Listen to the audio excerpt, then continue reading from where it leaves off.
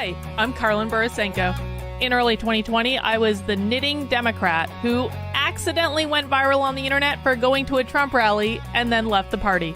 I became the conservative darling, was on all the shows, traveled around the country, and then realized that conservatives were no better than Democrats. If there's one thing that I've learned, it's that both political tribes are two sides of the same coin. But it wasn't all bad. On my journey, I became obsessed with understanding the woke ideology and the culture war. I broke the story of the city of Seattle doing segregated training with its employees. How bad has this stuff become? The city of Seattle has now put out, I'm not kidding you, this is according to Dr. Carolyn Borisenko, who's an organizational psychologist. The city of Seattle asked its white employees to voluntarily spend a day off in a training about their internalized racial superiority.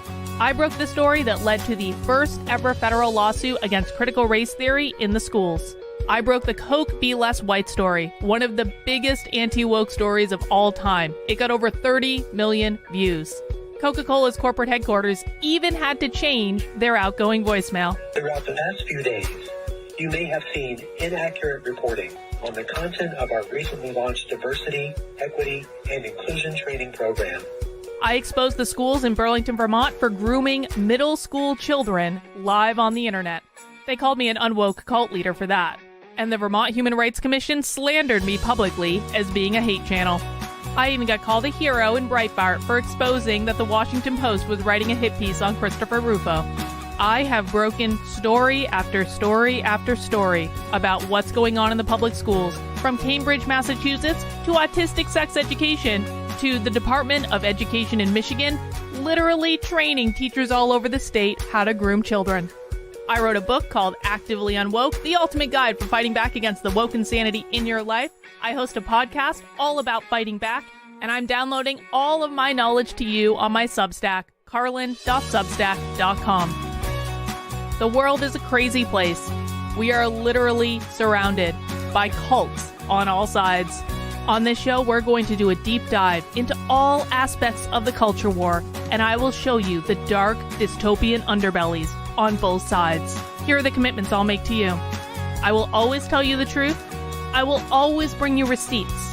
And if you stick with me, I promise you will see the world differently. Welcome to the cult. Please mount that like button for me and subscribe if you feel so inclined.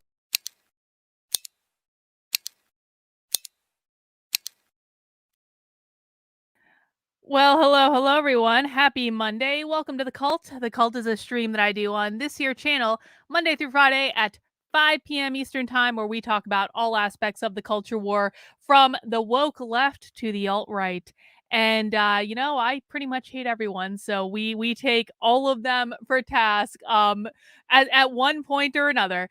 And so today what we're going to be doing is we are going to be watching the now infamous interview that Tucker Carlson did with Andrew Tate. Now, I want to watch this for a couple of reasons.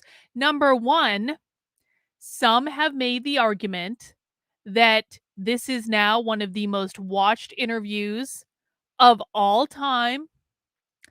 And I don't know if I believe that. There are also some people saying that was just Andrew Tate's fanboys kind of lying to worship their god, as it were. But it certainly did get a lot of views, and even Elon Musk tweeted it out, and a lot of people are talking about it. And I want to know what Andrew Tate had to say for himself. Now, generally speaking, I think Andrew Tate is a jackass. I think he is the worst type of role model. I think that he is a primary example of the type of people who gain notoriety on the right for being assholes. I don't think he has a lot of value to offer the world. It really perplexes me why anyone is listening to Andrew Tate at all, which is why I haven't watched this interview yet. A, because it's 2.5 hours long. B, because why are people listening to this guy at all?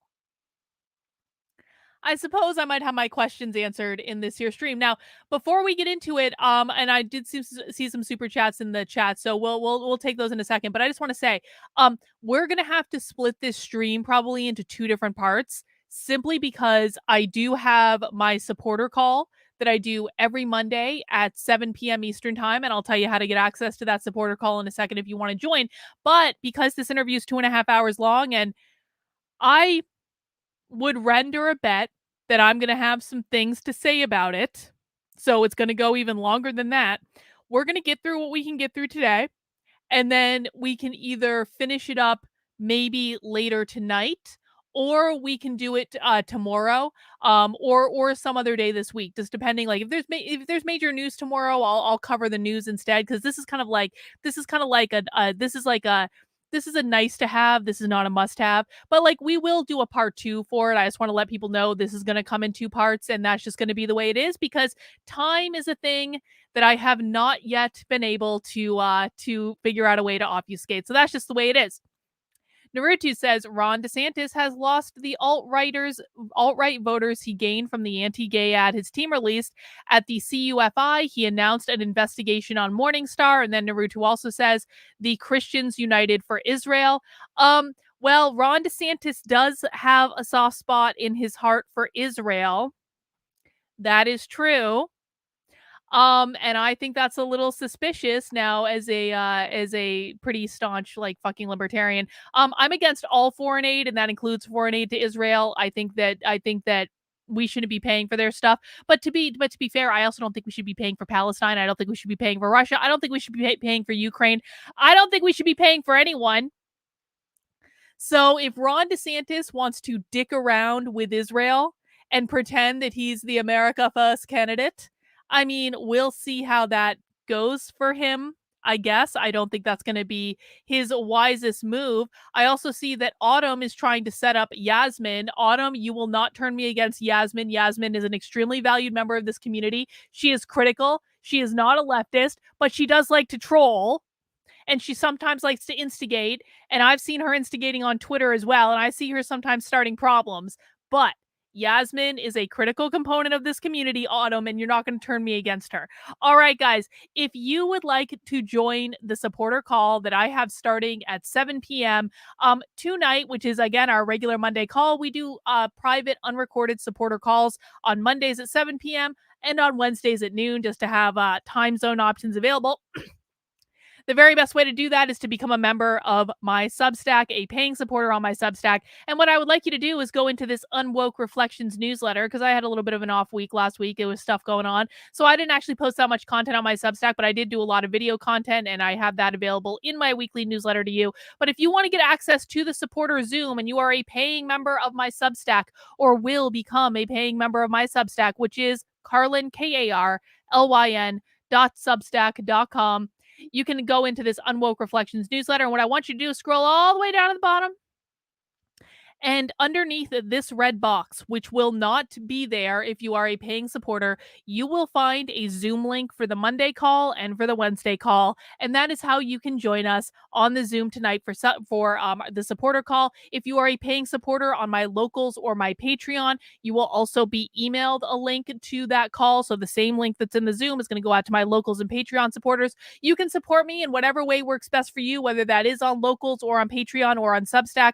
But I always recommend Substack, because I am trying to build up my supporter audience over there, because it is my main home base for content. It ain't YouTube, it ain't Twitter, contrary to popular belief.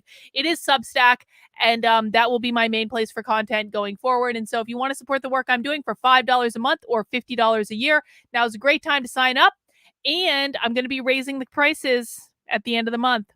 So the prices at the end of the month are going to be going up to $8 a month or $80 a year. And that's simply a function of, I want to make sure my Substack, which I think is honestly providing some of the best unwoke content on the internet. I really do. I do original reporting. I break down the woke ideology in plain English so you can explain it to everyone. I give you things you can share with your family and friends to help explain what is going on in the world. And right now, my price point on my Substack is just a little bit lower than other people at my list size that are producing the amount of content that I am. So I'm changing that at the end of the month, because, that's just a smart business decision to make. But it will be going up. But if you want to get in at $5 a month or $50 a year to get access to all of the premium content, and of course the supporter perks, you can sign up right now and get it in before the end of the month. And you will be grandfathered in at $5 a month, $50 a year for as long as you're a paying member. And I really, really do appreciate it, because I can't do the work I'm doing without being funded by you guys. Rottweiler says people tend to associate wealth, success, and power with intellectual and moral fortitude. Tate is unique in which he takes valid men's rights activist points and equates them with being an asshole. Well, I think that sounds like a really fair point, Rottweiler. I haven't watched enough of Andrew Tate's content to either confirm or deny, but based on what I've heard, I think that sounds like the truth. I do agree with that. Thank you for the super chat. And then Naruto, did you see the book recommendation I DM'd you on Twitter, Psychology of Totalitarianism? We've read this author before. I don't think we read The Psychology of Totalitarianism. There was another book this author wrote that we read. I do want to read this book at some point. The other book that we read, and it's like I cannot remember the title of it for the life of me, but it is by this same author. It was fascinating. It was basically about how they brainwashed people. And so I think this is a great book recommendation, Naruto. And I do appreciate you making it. Thank you so much. All right, guys, with that out of the way, we are going to begin watching the Andrew Tate interview. Again, I'm going to be doing this interview in 2 parts because I have to end by 7 p.m. tonight, and this interview is 2.5 hours long. And so I don't think I'm going to get through all of it, but we're going to watch as much as we can. I'm going to offer my thoughts and commentary on the interview. If you guys have thoughts, please make sure to chat them in.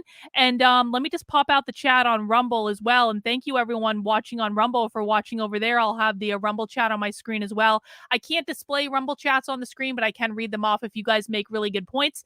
And hang on. Gotta fix the sound issue on my part. There we go. But I do want to remind everyone, please make sure you mount that like button for me. There is a shocking disparity between the number of people watching the stream right now and the number of people who have mounted that like button. So mount the like button hard, mount the like button soft, mount the like button in whichever way you want to mount the like button. If you gently want to gently caress the like button or spank the like button or whatever you want to do to that like button, but I need to see that like button number come up a little bit before we start this interview. I can wait all day, guys. Come on. Really simple thing to do to help. Basically, the reason that I have to harp on mounting the like button is because the more people who mount the like button, the more likely YouTube is to actually recommend my content for other people to come and join us. Isn't that nice? And while you're waiting, please make sure you are subscribed to the channel. Turn on those notifications. Do all the things.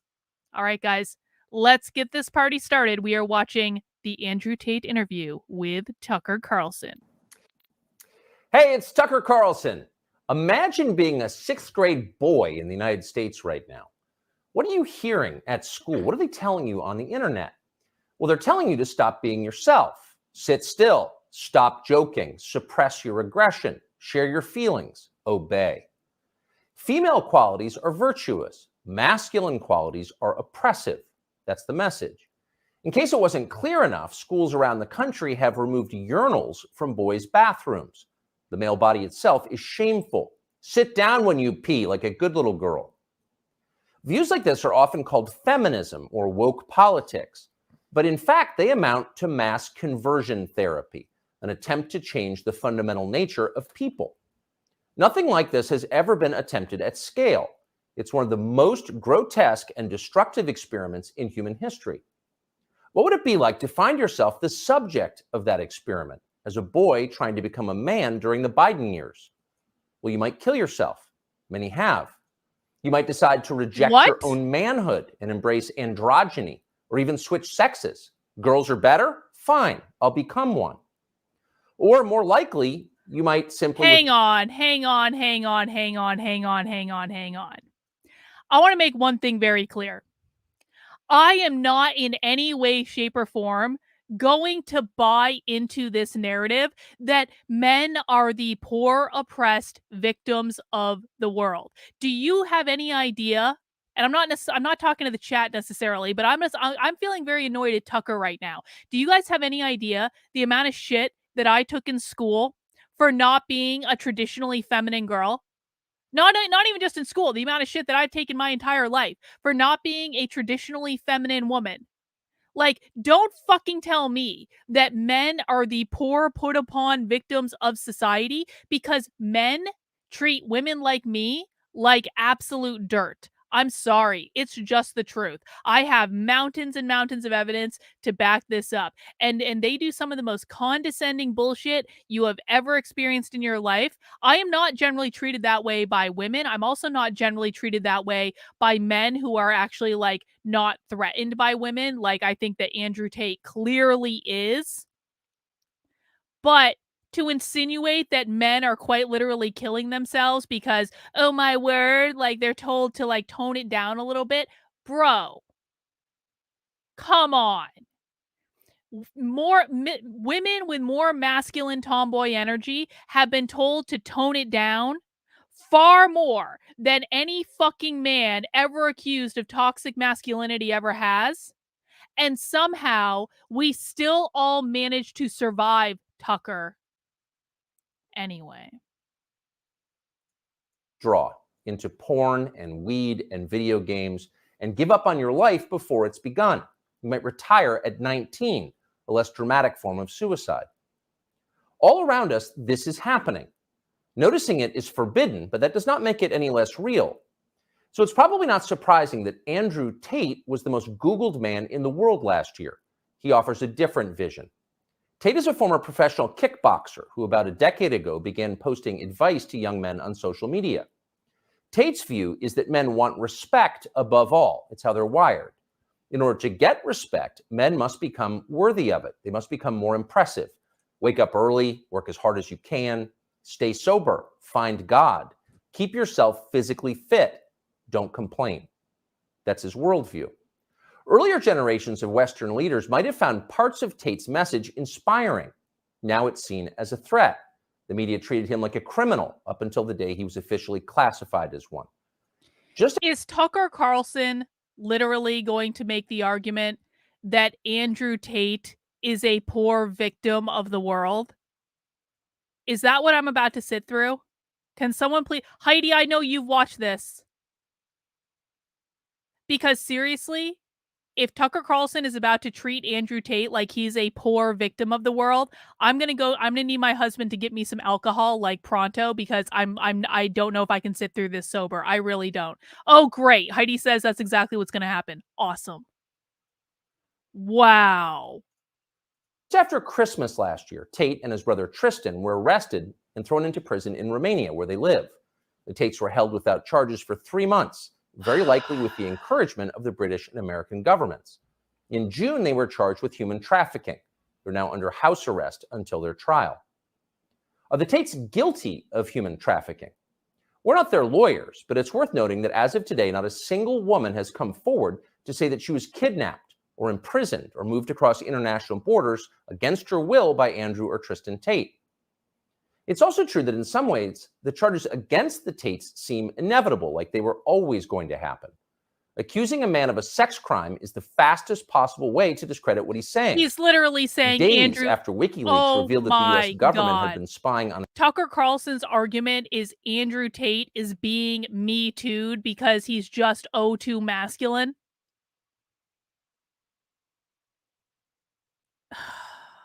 its allies and lying about it. Julian Assange was arrested in London for rape. 9 years later, prosecutors dropped the case against Assange for lack of evidence, though somehow that fact was not as widely covered. Is that what's happening here? Again, we don't know. Jeffrey Epstein's dinner partners insist that Andrew Tate is a pervert and a criminal. Maybe they're telling the truth. Either way, we think Tate's views about... Hang on. Peter, there is a difference between very valid concerns like this, because I do believe that the divorce laws absolutely do favor women over men, and I think that's incredibly unfair. I also think that women can be very abusive of men, and that should be acknowledged. Women are just as likely to abuse men as men are to abuse women. Now, of course, you do have the additional dynamic of men just having more physical strength, but I wouldn't put it past a woman to like throw something at a man or hit him with something heavy or something like that.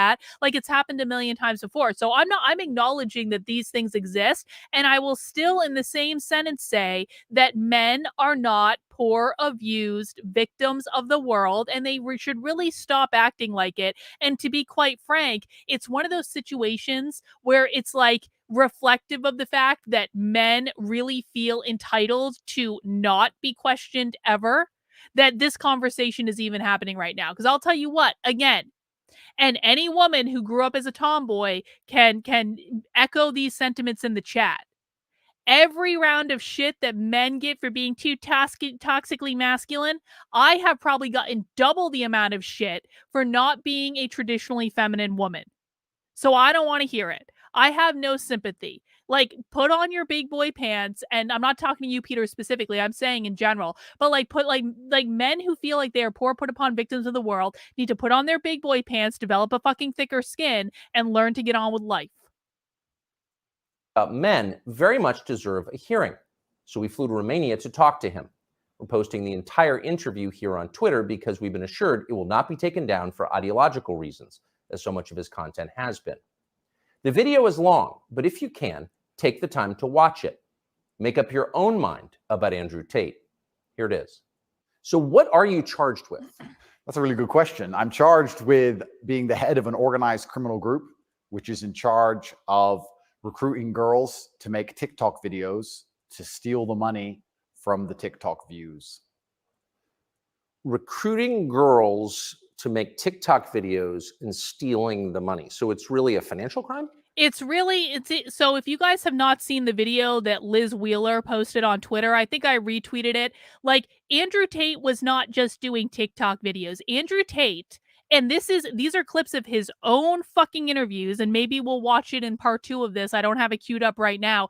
Andrew Tate specifically targeted women to get, and these are from his own words. I'm not making, like, this is not me putting words, this is what he said. Specifically targeted women to get them to fall in love with him so that he could then get those women to make OnlyFans, in which he controlled all the money for their OnlyFans and gave them like a cut of it. And he basically got like 50% at least of all the money these women made on OnlyFans, that they only did because Andrew Tate got them to fall in love with him and then convinced them to that this is just a really great thing to do. He was basically a fucking internet pimp.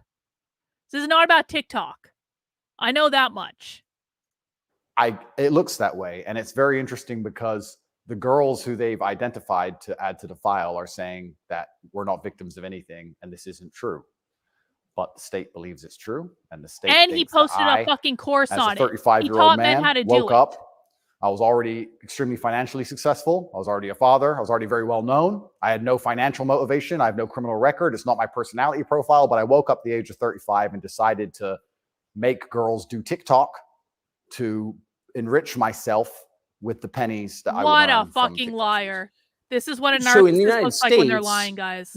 I think the belief is that you were charged with human trafficking. Yeah, that's human trafficking, because what you do is you force a girl to work against her will for financial gain. That's human trafficking. And their justification for this is that girls do TikTok. Some girls I know who they found who say they're not victims have TikTok accounts. How do you force someone to do TikTok videos?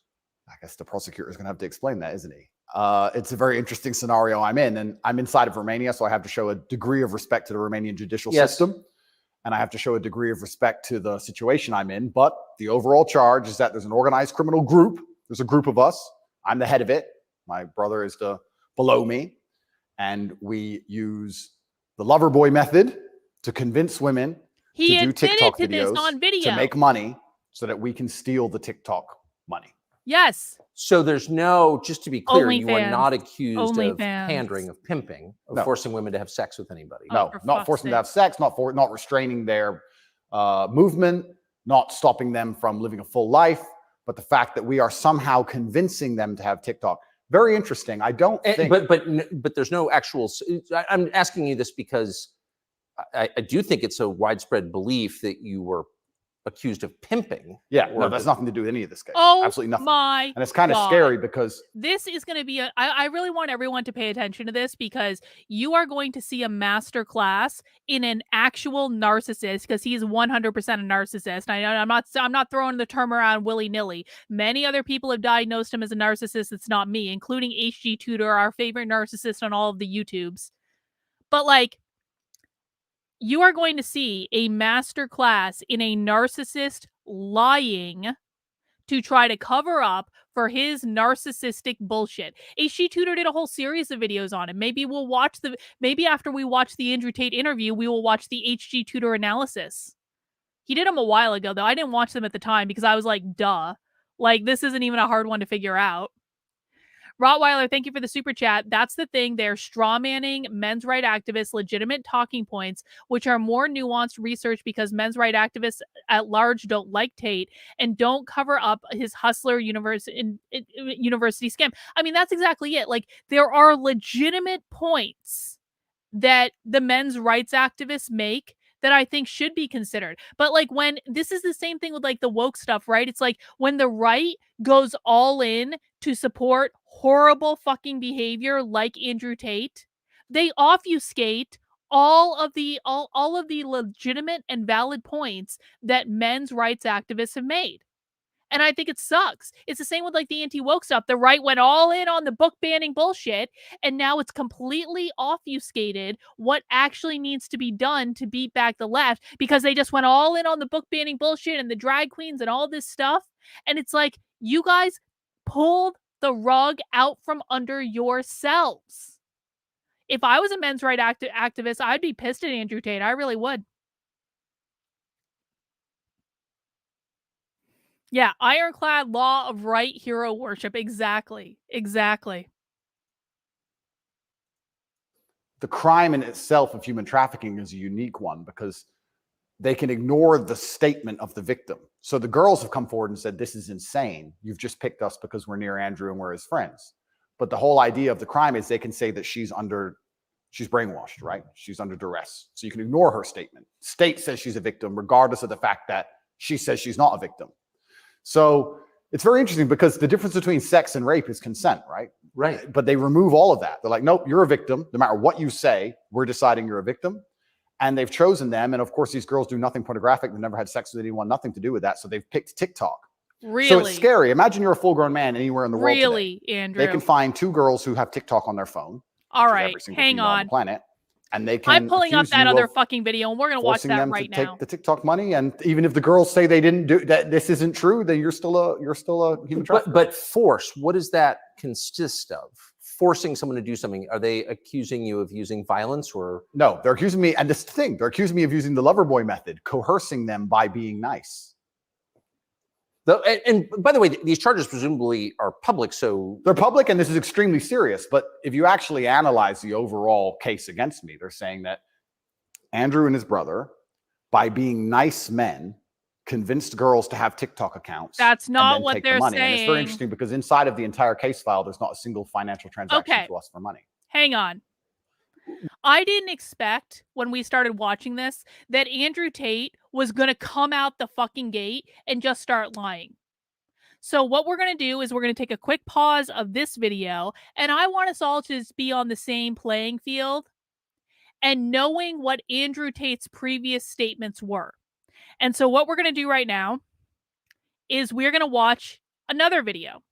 And this one is about 6 minutes long, and this is a compilation of things that Andrew Tate has said prior to this interview that, well, are not going to look good for Andrew Tate. And I want to thank Liz Wheeler for making this go viral on Twitter yesterday. She did a great job, or the other day, whenever.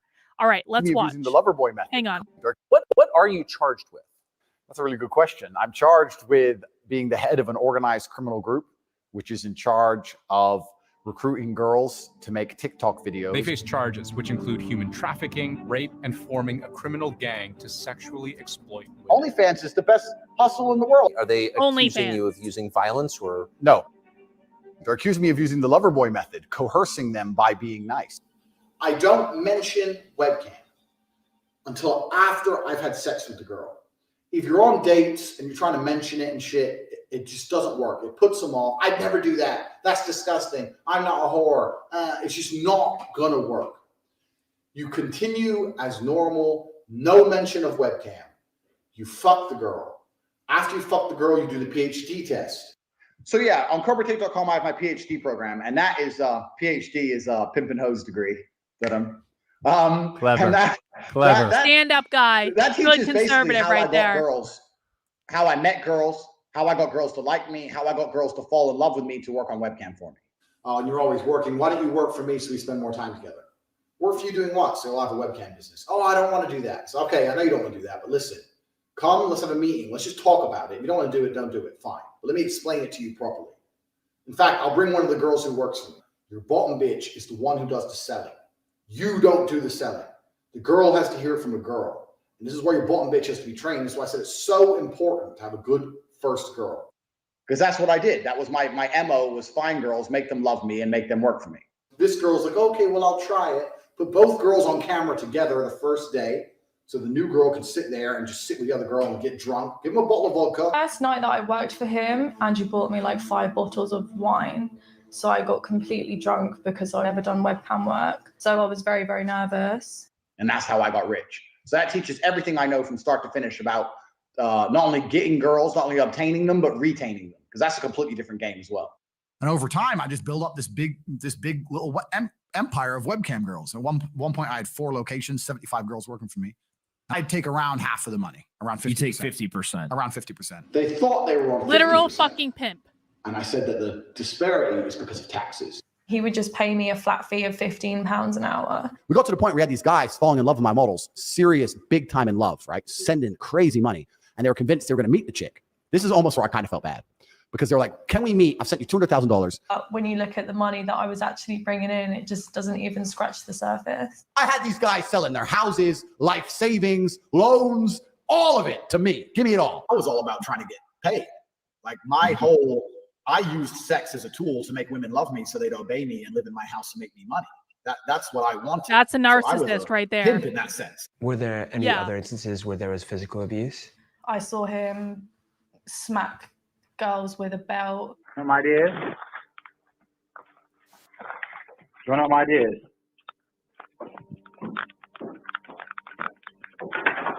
That's right, lock the door, you knew I was going to beat the out of you. Oh, how If nice. you behaved, I wouldn't have to hit you, would I? Oh. Oh. Get out. Oh, he's on video abusing You women. can't stay there forever. Oh. Once again, this is an IQ test, right? Because any guy who's bad with women would look at it and go, Tate's a woman beater. I say it. Look at the camera. This is what happens, you know. Listen. Look at the camera. Why are you getting hit? Why are you getting beaten? Listen. You. Do as I say. Any man who's actually a G, who's been around a little bit, would look at the video and go, man, she wants that shit. The media machine, they'd call up ex-girlfriends and say, if you have anything bad to say about Andrew, we can pay you $50,000 for the story. And they tried very hard. They didn't find any evidence of anything. And I had gone to the shower. I came back and I noticed I saw him raping her. And People say, why did you in Romania? And I explain my 5 reasons. One of them is the Me Too era. They go, oh, well, you're a rapist. I say, no, I'm not a fucking rapist. But I like the idea of being able to just say to do what I want. I like being free. And of course, they don't go out. They're not allowed out. You stay in the house. Because I'm not particularly, what would you say, impressed by what he's done on the sex business front. It seems to me a bit on the pimpy side, let's say. I get called a pimp a lot. A bit. And the reason I use the term is because I don't see it as a negative term. I see it as positively inspirational and motivating person. She has to respect you and love you and want to work with you. And that's done through positively inspirational and motivating person. I'm going to send you a book. It's a guy called Pimpin' Ken, who's a street pimp in the 90s. And he wrote a book, 50 Laws of the Game. And one of the laws of the game is a hoe without instruction is headed for destruction. They're accusing me of using the lover boy method, coercing them by being nice. Let me read you then what you have said about what you have done. Sure. You have said, my job was to meet a girl, go on a few dates, sleep with her, get her to fall in love with me to the point where she'd do anything I say, and then get her on webcam so we could become rich together. I don't think that's what I personally said. I think that's exactly what you said on your website. No, I've never said that. So yeah, on CobraTate.com, I have my PhD program. I think the belief is that you were charged with human trafficking. Yeah, that's human trafficking because what you do is you force a girl to work against her will for financial gain. That's human trafficking. And their justification for this is that girls do TikTok. Some girls I know who they found who say they're not victims have TikTok accounts. PhD is a pimp and hose degree that I'm clever. All right. Is everyone clear? on Andrew Tate's actual words. And I think someone asked What in are the you super charged chat with? That's a really good. for the link. Let me just get the link really quickly so I can pop this in. This is the specific link that you can send people to. And that was for Jack. Thank you for asking on that. This is on Liz Wheeler's Twitter page. I think I'm sure it's a million other places right now, but I did just put the link in the chat for people who want the direct link to that video. And then we also had a super chat from Emo Dante. Good to see you again, Emo. If Antifa was a gift to the right, then Andrew Tate is a gift to the left. The right rubbing elbows with Tate is going to backfire. I sincerely hope it does, because the way this Tucker Carlson interview started out was just so fucking disgusting to me, in the way that he's always like, you didn't really do this, did you, Andrew? And it's just, you're telling me they're coming after you for TikTok? No, Tucker, it's not for TikTok. And why the fuck wasn't Tucker better prepared to go into this interview? Why wasn't he better prepared? Why didn't he even read the charges against Andrew Tate to know that it wasn't just TikTok, it was also OnlyFans, which in and of itself would have eviscerated Andrew Tate's story? Anyway, I'm glad we all have the level playing field on that now, and we can go back to watching the interview. Please mount that like button if you haven't already. And since this stream will inevitably be demonetized just because of all the stuff we just saw on that video, keep the super chats coming, guys. I got to pay the bills somehow. I do appreciate it. What are the penalties? They're extremely severe, 5 to 10 years in jail. And I've already served, coming up now, 7 months in a form of jail. They can only hold you are essentially incarcerated right now. Absolutely. I'm on house arrest, and that counts as jail. You can only be held 6 months without charge. I was initially picked up, thrown in a cell without charge. And I think the intention of the entire investigation at that point was to find the crime, because they had very, very weak evidence. They contacted 2,000 people who know me or knew me. They tried very hard to convince some female somewhere to come forward and say something bad about me. The media machine, which works hands in hands with the justice machine, as you know very well, did exactly that. In fact, they offered bribes effectively. They'd call up ex-girlfriends and say, if you have anything bad to say about Andrew, we can pay you $50,000 for the story. And they tried very hard. Yes, Andrew Tate is They a didn't poor find victim any of the evidence of world. anything. He's a poor victim of the world. Sure. They then released me on house arrest, and then 2 days before the legal limit in which they had to drop everything, they charged me with whatever they had from the beginning, which is very little. And now we have to wait for the Romanian judicial system to analyze the file and, God willing, throw it away. How long did you spend in jail? I was in jail for 92 days in a Romanian jail cell. What was that like? It was certainly an interesting experience. I won't lie and say it was easy. It was certainly very difficult. The uncertainty of it. It's a very uncertain situation to be picked up on just before New Year's Eve and thrown in a cell without charge. And I'm asking different prison guards and different prisoners, how long am I going to be here? One person was like, I've been here 2 years. I was like, have you been charged? He goes, yeah, but I haven't gone to court yet. Like, everyone's been there for years. I thought I was going to be there for years. And it certainly takes a mental toll on you. And I think jail is a different experience when you know you're innocent. There was a guy in there for murder. He's like, yeah, I murdered someone. When you know you're innocent. You can your soul and your mind can accept the punishment for a crime. But when you actually done nothing wrong, I know someone who went to jail for something he didn't do. You know why you were fucking play. Not initially. So for about the first 2 weeks, I never actually got told in English what I was accused of, because I was arrested on December 29th. There's New Year's. What were the circumstances of that? Yeah, December 29th, 5 a.m., the armed guards ran in this house. They spent all day searching the entire house. They're very interested in electronics, as most federal agencies are. And then they took me that evening and said, we're going to go and put you in jail for 24 hours. And after 24 hours, you see a judge, and the judge will decide if you stay in jail. And the judge decided I should stay in jail. What did you do? I mean, who'd you call? I had a lawyer, and my lawyer came and he said, we need to analyze the case file. We need to see what they have against you. You're being accused of human trafficking. It's like, human trafficking? That's insane. Who? When? What? Oh, who? I went to jail, and then I was given all this paper in Romanian. I don't speak Romanian, although I live here. And then I was waiting for the translation. So I think it's about 2 weeks before I finally got the papers in English to understand why I was in a jail cell. And then I really understood how insane the accusations were. What is human trafficking? Yeah, so the overall, my understanding of it, they're saying that Human trafficking is when you convince a woman to do something she doesn't want to do for financial gain. And there's different methods you can do that. You can do that through force, and you can also do that through emotional coercion. I think which most people, apparently just Andrew speaking Tate from had a the whole American class on perspective, most emotional people coercion on his website. Believe that human trafficking is effectively slavery, selling human beings. That's what I believe as well. Absolutely. And this is the thing that's so interesting. When you finally end up the enemy of the matrix and they use the legal system as a weapon to punish you for having an opinion, you realize how subjective the law is, right? Because it can be a weapon. When you have something subjective, you can just... Conservatives eat this shit up like there is no tomorrow. When I say the word conservative, I'm using it in a general colloquial way to describe people on the political right, because there is nothing that the political right likes more than being a poor victim of the world. I personally think it comes back to like the persecution complex that they have because Jesus was persecuted and righteous are the persecuted and things like that. And so there is nothing that gets the political right off more than being a persecuted victim of the world. And so when Andrew Tate's like, this is just the Matrix coming after me because I'm an outsider with unpopular opinions. Like that is like that is like music to the fucking political rights ears. And they're like, yes, Andrew, yes, you are a poor, poor, poor victim of the world, and this is not your fault, and you did nothing wrong, Andrew, and it is just the woke machine that is coming after you. No, it is not just the woke machine that is coming after him. He is a legitimate pimp who taught other men how to be a fucking pimp in classes on his website. Pick and choose.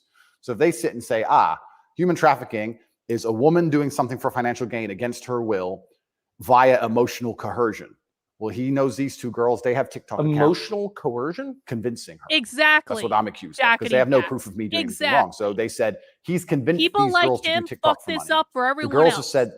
have said this is not true, and the state is denying their statement, saying no, you're brainwashed. It is true. And I went to jail. So how is the state? So the state is trying to coerce the women. So how is the state not committing human trafficking? It's like with the Me Too movement.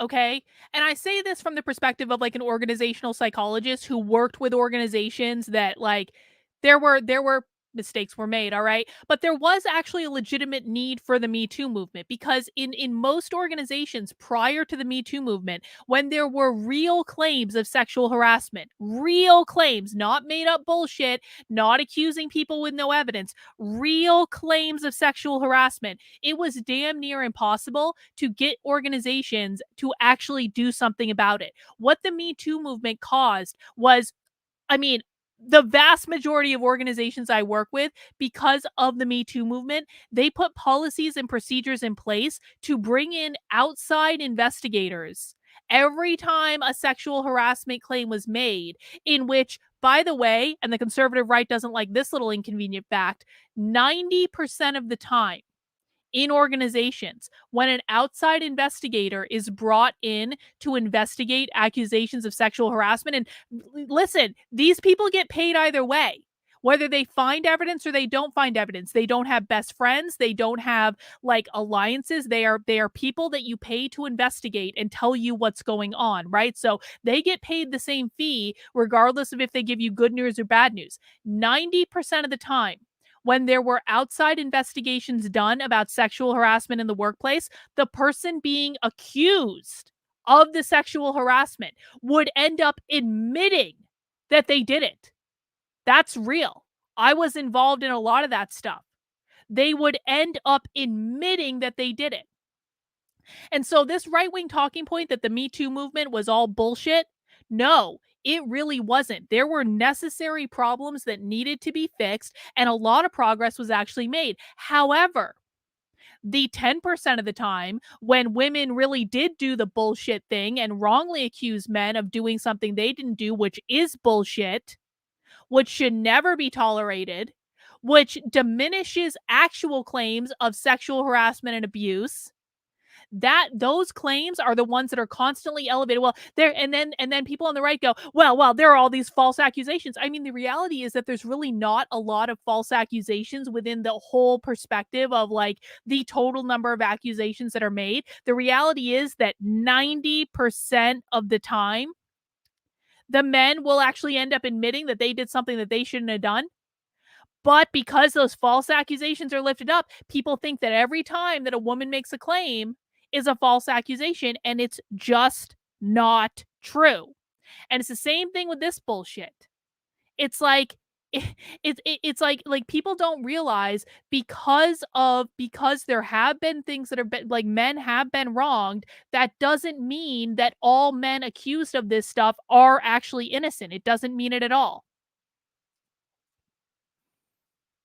I don't know who blocked Autumn, but it wasn't me.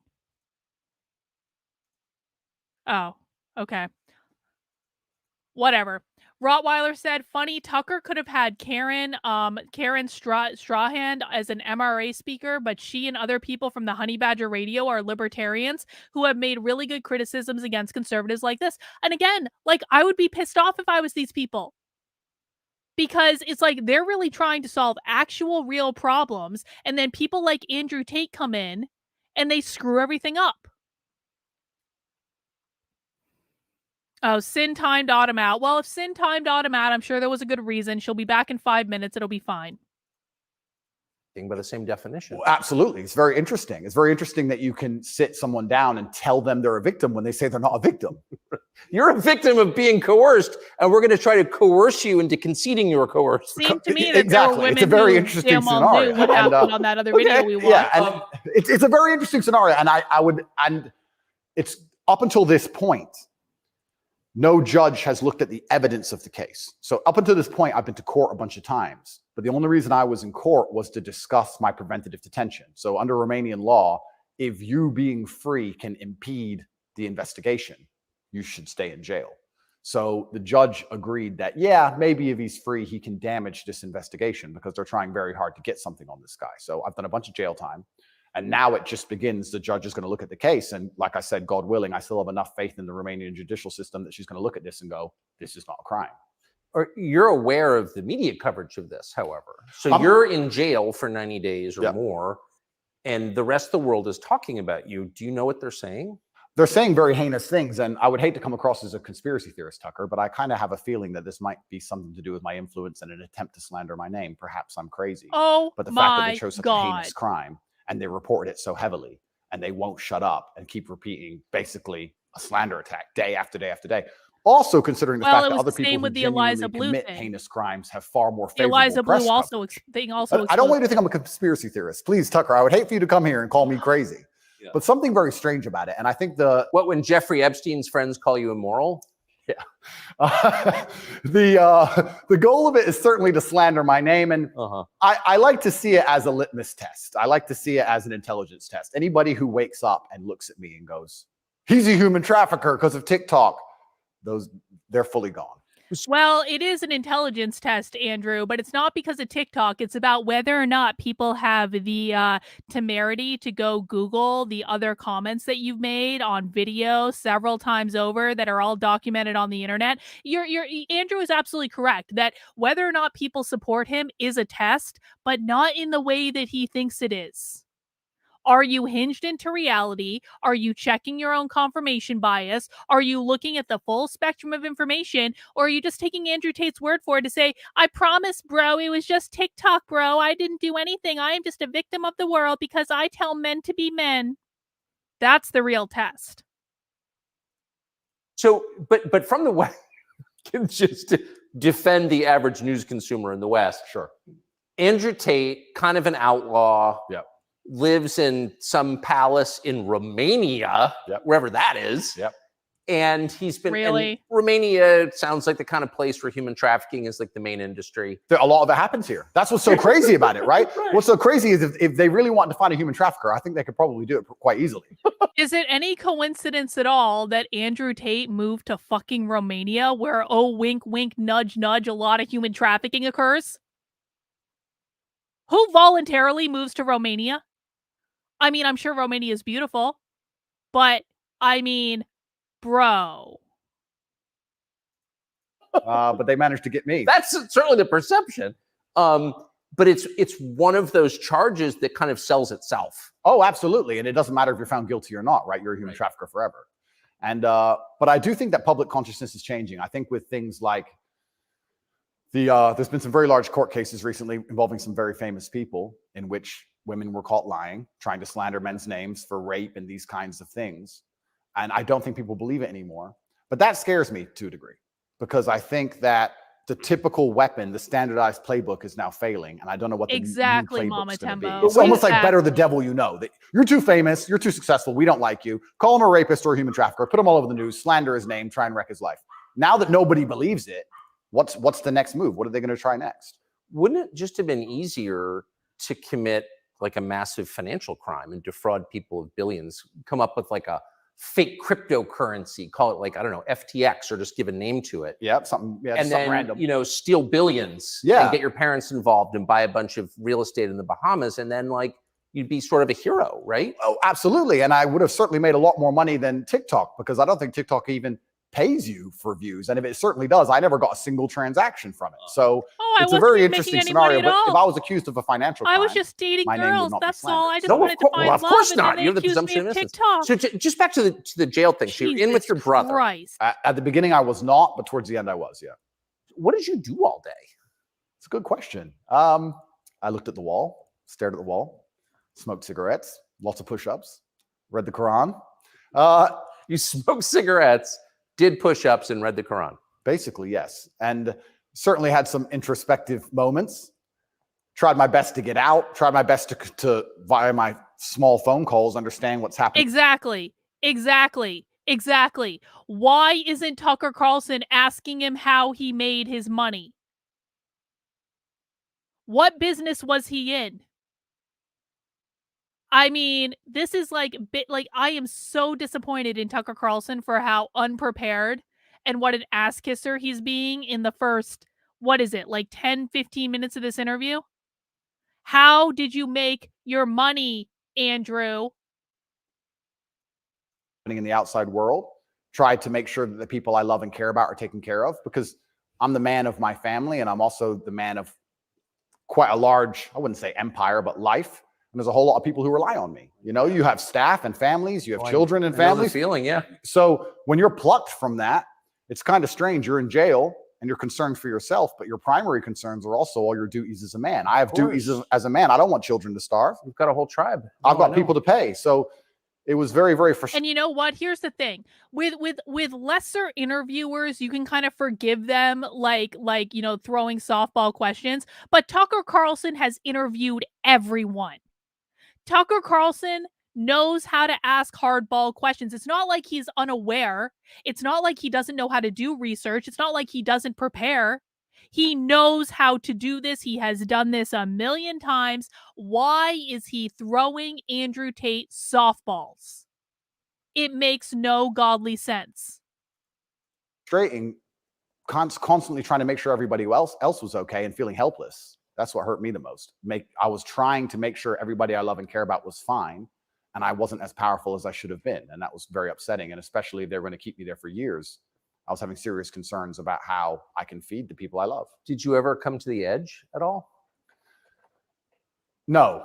I certainly had some days I was less happy than others, but I made sure that my mindset was built in a way that I could always be doing something constructive. And also, I think you get what you give in life. And if I ever felt particularly sad on a day, I would try very hard to make other people happy, because if I made other people smile, I'd feel better. So even the dinner ladies or the prison guards, I'd try very hard just to make people smile. I know it sounds silly. Some of the prison guards, some of the prison guards were more open than others, but there's a couple prison guards who were ice cold. That's emotional manipulation. That's the thing a narcissist does to like get you on his side and ingratiate himself to you so that you do him favors later. That's all that is, guys. Andrew Tate does not give two shits about making people happy, making people smile, bringing people joy, and like anyone that like Andrew, he just wants people to be happy. Are you fucking shitting me? Didn't want to say a word to me and like, hey, bro, your hair looks amazing. And you just stare at me like he wants, shut up. But I just try my best to cheer people up, to cheer myself up. And as a man, all you can do is just find the resolve to continue doing the best you can in this current circumstance. So what were the other prisoners like? I don't want to insult Romania in any way. And I love this country and I chose to live here. But if I had to describe it for the people, for an American audience to understand, I don't think Romania and a lot of these countries have the same kind of mental health setup or the mental health support that a lot of Western nations have. So you end up in jail. So I think there was a lot of mental health problems inside the jail. So it was very similar. It wasn't just a jail. There was also a lot of mental health problems in there, which adds a new complexity and a new dimension to the suffering, because there's just random screaming and there's suicide and it's certainly not a very nice place to be. Oh, so it's horrifying. Yeah, I don't want to go back. You hear the phrase Romanian prison and it sounds tough. So it was what you would imagine. It is. And when this process is over, there's a lot more I will say, but I will say the staff were very nice to me, and I want to make this clear. I want to make it very clear that all the staff in the jail were very professional and very nice to me.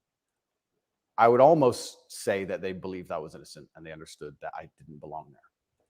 There was a semi-apologetic vibe to the way I was treated by the guards, if that makes sense. Yes. They understood very well. I don't think anybody, like I said, with a functioning brain believes that me at the age of 35 decided to steal TikTok money and ruin my entire life without financial motivation to girls who say they're not victims of anything. I don't think you're right, Andrew. We don't believe you stole TikTok money. We believe you stole OnlyFans money and beat the shit out of any of the women who you emotionally manipulated into that position in the first place if they didn't do exactly what you wanted them to do. Why do we believe that? Are we just making it up? Is it just the world and the Matrix is making Andrew Tate a poor victim of the world? It's because you got caught on fucking video, motherfucker. The Everyday Therapist, thank you for the super chat. Question, what does Tucker get out of this interview with regard to a narrative push, for example, compared to his crapping on Fuentes that we heard about before? I mean, I think Tucker gets Twitter views. I think that's it.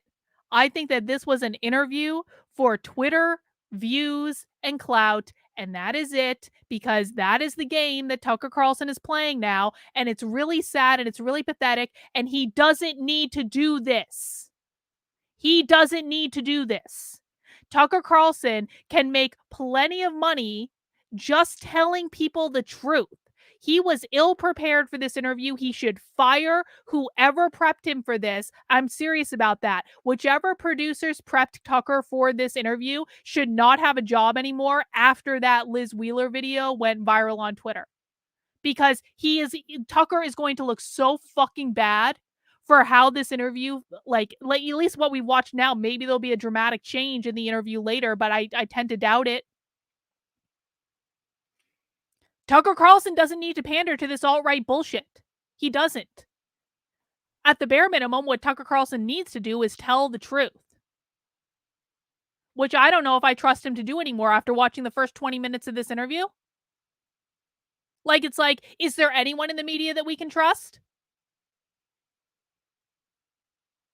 You have to double check everything. This is why, guys, this is why the media gets away with what they do, because it is exhausting to have to double check every single thing that anyone with a platform says. It is exhausting. It is time consuming.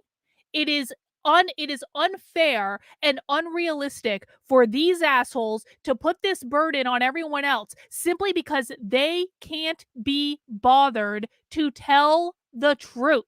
Because they care more about money and views and clouds and retweets and getting that big check from Daddy Elon. That they can't even be bothered to do the basic work that is required by their profession.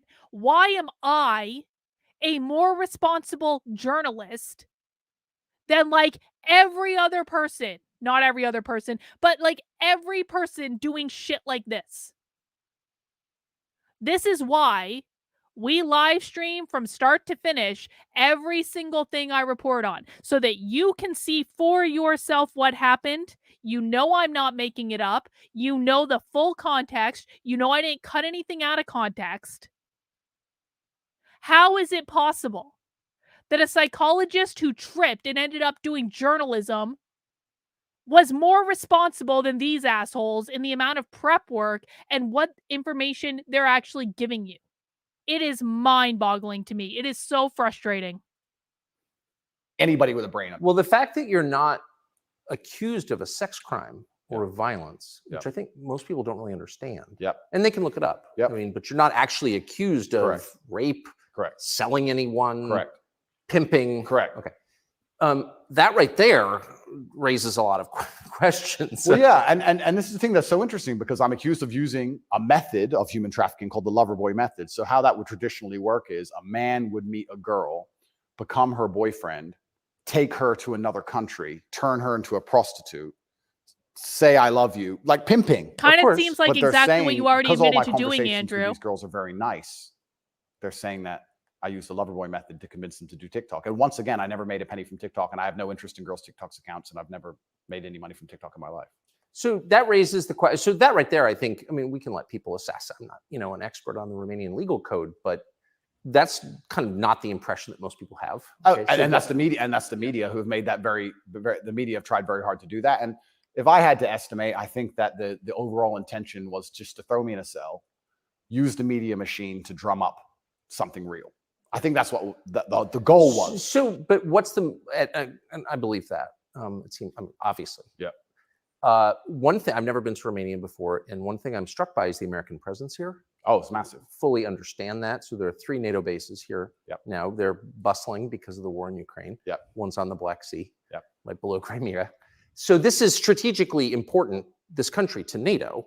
Absolutely. And so this is a lot less far away than I realized. It's much more American influence. Oh, absolutely. I think that played a role? Yeah. Well, I think, and I don't want to get this incorrect, I think it's the 2nd or 3rd biggest U.S. embassy in the world. The U.S. embassy here looks like a prison. It's huge. They've got a huge embassy here. And even during Ceausescu, during the communism days, Romania was an ally of the West, even during communism. Yes. So yes. Ceausescu came to New York. Yes, that's right. Yeah. So Romania and America have been very good friends for a very long time.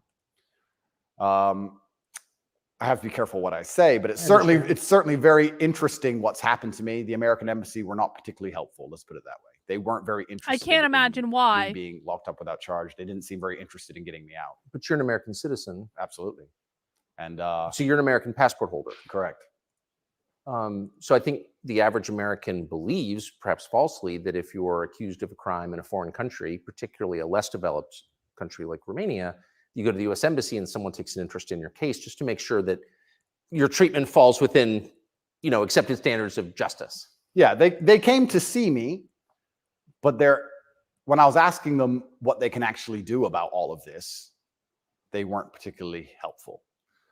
I don't want to peddle conspiracy theories, and I've heard a lot of information, etc. But I wouldn't say they sanctioned it. I don't know if they had to sanction it, but something. I am a poor victim of the American government. But at least they came to see me more than once. I mean, they kind of pretended to care. The UK embassy didn't even pretend to care. The UK embassy was. I really think they enjoyed it.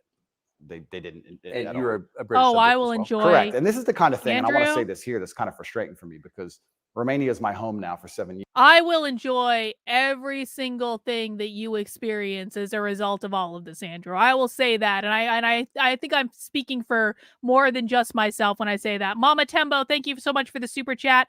I think Tate and the like are given breath and airtime because it perpetuates and enlivens the narrative that masculinity is not only toxic but simultaneously vile and beyond redemption. It's kind of terrifying, actually. I mean, that like if the right is really trying to disprove the idea of toxic masculinity, he is about the worst jackass in the world that they could ever ingratiate themselves to. He is the walking GD definition of what toxic masculinity actually is. And again, like who said it earlier? This is a gift. This is a gift. I think it was Emo Dante. The right is giving the left a gift. This is another one of the conservative rights. Completely unforced errors. They don't have to support this guy. In fact, one of the best things they can do for their reputation when it comes to, women is to say, we disown every single thing that this jackass does. Liz Wheeler did that when she made that video go viral. Why is she one of the only people doing that? Makes no sense. Thank you for the super chat. I do appreciate it. Guys, this is just a reminder to please mount that like button for me. Again, there is a shocking discrepancy between how many people are watching right now and how many people have mounted that like button. Mounting the like button lets YouTube know that they should recommend this stream so more friends can come and join us. So please do take a moment as we are watching and mount that like button for me. I do appreciate it. Years, but I'm half British, half American originally. And when something like this happens to you, you have this longing for home. You kind of want to go home. When you end up in a jail in a country where, even though you've lived for a long time, you don't speak the language, you don't understand the legal system, going to court in a foreign language is far more intimidating than in your own language. Even imagine. You don't have a clue what's being said. You don't understand how anything works. And then you kind of have this longing for home, but I feel like my home countries hate me, and they hate me because of my message, which I believe to be a positive message. So you kind of have this strange feeling of homelessness, because it's like, well, if I go to the UK, I believe they're going to attack me the same. If I go to America, I believe they're going to attack me the same. So where do you go? It's kind of scary. Where do you go? It's a good question. We're going to have to see. And how did you wind up here? I moved to Romania. I came to visit a long time ago, before anybody ever visited Romania. I came to visit, and I genuinely fell in love with the place. It truly is a fantastic country. I love nature, as an amazing nature. It's a very safe place. It has this reputation of being dangerous. It's not dangerous. It's very safe. The people are very good. The people are very conservative traditionally. It's almost like America was 20, 30 years ago. It's gorgeous. They have a bunch of nice restaurants and plenty of things to do, and I've never had a problem here in any way. Never had any issue with the law or with the other side, criminals, nothing, until this came out of nowhere. So it's been very strange. So what is it about your message, do you think, that infuriates certain people? Well, my message is traditional masculinity. My message is to stand up and say what you mean and mean what you say. And even going to the gym nowadays is an act of defiance, because when you have a man who's built with any degree of principle, you say no to things. And I think if I have to analyze my message and why I'm so disliked by the people who dislike me, it's not the things I'm saying. It's the fact that if you adhere to my principles and you adhere to the things I say, you end up being the kind of person who will resist certain ideas. You say no. What kind of man never says no? Name a man who never says no. Men say no, right? Men wake up and say, no, I don't think that should be done this way. No, my children will not be taught that. It's no. the father's primary job. Absolutely. So when you say to men, listen, you're allowed to have an opinion. You're allowed to have standards. You're allowed to have boundaries and barriers. You're allowed to get up and become important and work hard and try hard and become the kind of man who can't be controlled. I agree, Nick Incognito. Thank you for the super chat. Especially with the massive influence I've gained, I think they look at me and go, he's helping men resist the slave programming. We don't need him around. We need to empty their brains so we can inject the slave programming and convince men to be eunuchs, because once you're eunuched, then you're not a threat. I think I buy that. Because your message, I'm not the world's expert on your message, but I've seen a lot of it, and it's not explicitly political, actually. No, it's not political at all. And their original attack before this Matrix attack is they weaponize. You know what the real problem is, Tucker? It's feminist. There's no genuine virtue. It's feminist. I'm being attacked because it's a feminist. And they turn it into a bullet and they shoot at you. I'm sure you know very well. Yeah, I've heard. Yeah. I was a misogynist for the longest time, just for saying that men should have standards. If you tell a man he can have standards in a relationship in any way, you're a misogynist. Oh my God. It's actually very interesting, because what does that mean to have standards in a relationship? But this is the thing that's so interesting about it, because they've gendered the argument when I never did.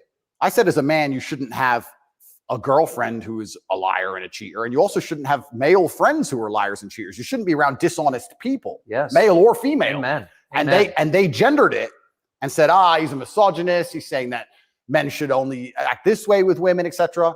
I said that men should have standards, and you should have protocols that you're prepared to accept, and you should have hard parameters. And if a woman doesn't want to adhere to those parameters, that's her I agree. decision, the other Jenny, great and it's her point. prerogative, but you don't have to stay with her. Why should you? What's wrong with that? Well, that's teaching men to say no. They don't want men to say no. So are you arguing that it's better to be with a virtuous woman? I think so. Yes, I know that's. No, I'm serious. I mean, I am, Tucker. I don't want to. That seems like good advice. I don't want to come. Tucker Carlson is like, Andrew Tate is just a poor put upon man who just wants men to have virtuous, chaste, virgin-like women. That's all that Andrew Tate wants. Is he just wants men to have standards and virtuous women that are going to take care of their man and treat him well and not have scoundrel friends. Oh my God. Tucker, do you even hear yourself?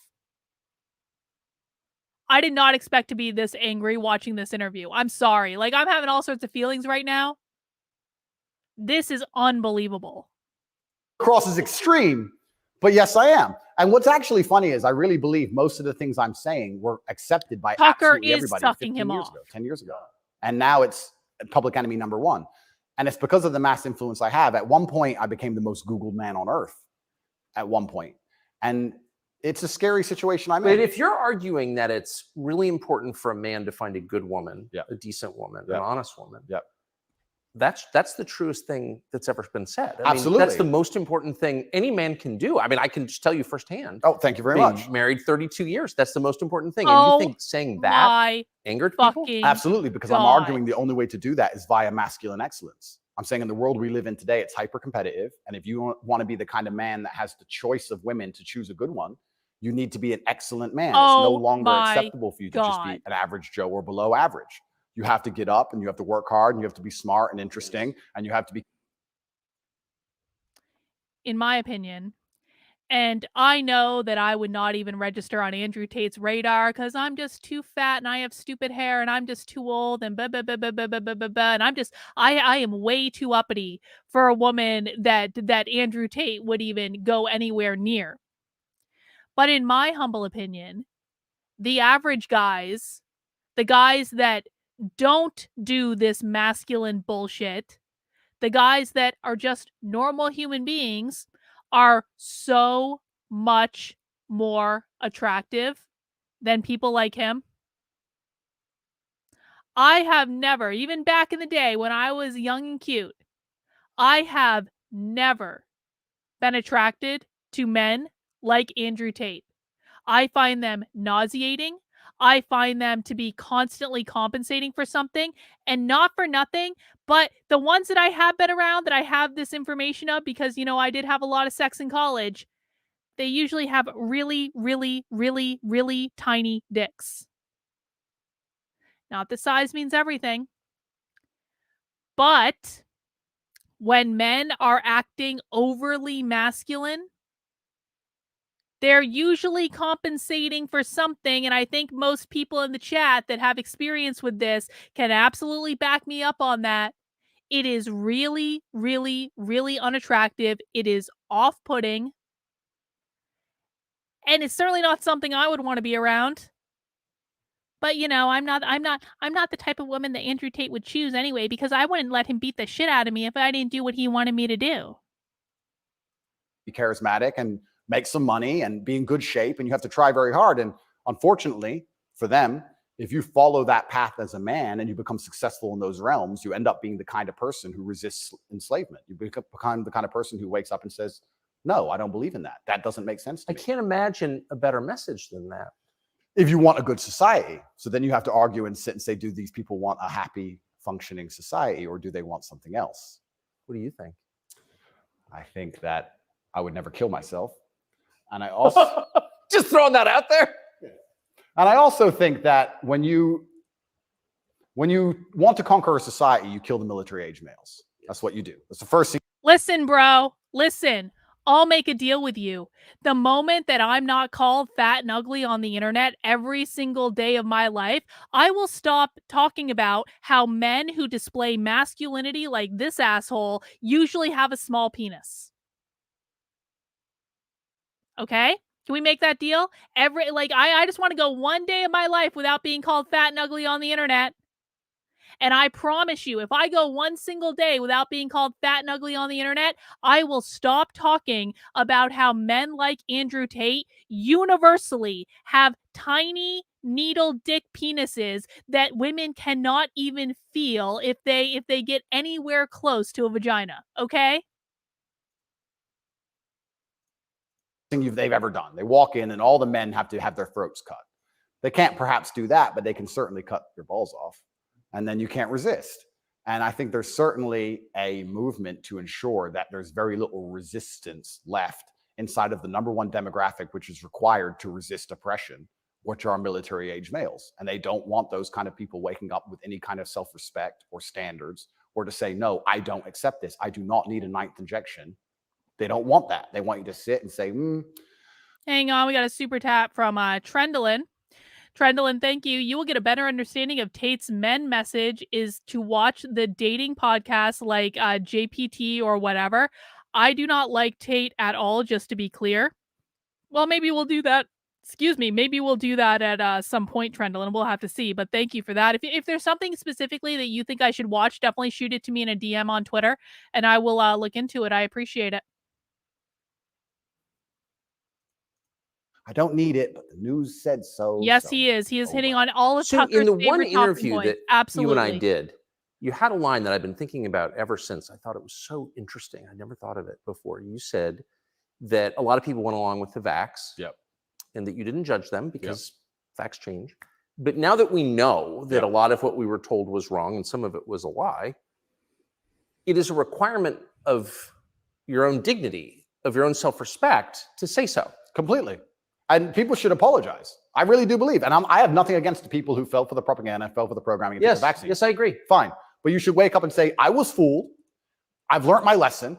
I will not be fooled again. He is but if you were absolutely fooled by the playing Tucker MSM like a and took the violin injection man, and you continue to be 100%. fooled and you've not self-reflected, you've not realized that they 100%. lied to you the entire way, and you now believe the new bunch of lies that are all Well, you know what, Teresa? Can you find someone less toxic and, I don't know, abusive to say the same things? Because I promise you, you can find someone less toxic and abusive that are saying exactly the same things as Andrew Tate and not beating the shit out of women on video behind the scenes.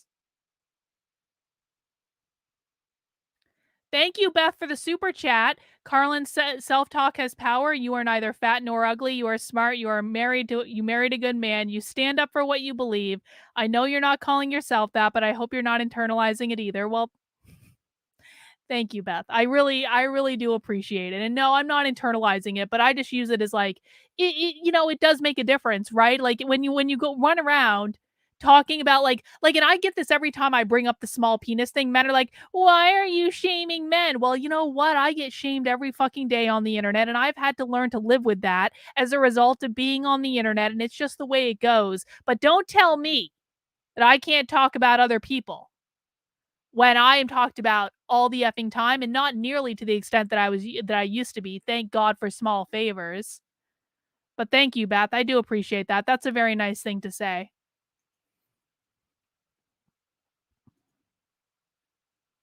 all over the television, then there's something wrong with you. Or you don't care that you were lied to. You don't care that you were lied to, because I think a lot of this is actually genuinely cowardice.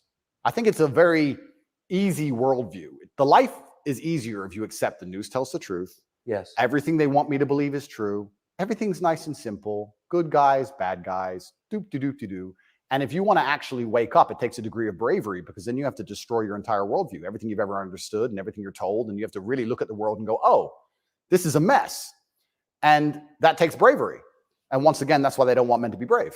They want you to sit there and go, oh, it's easier if just, CNN said, so it must be true. And it's cowardice.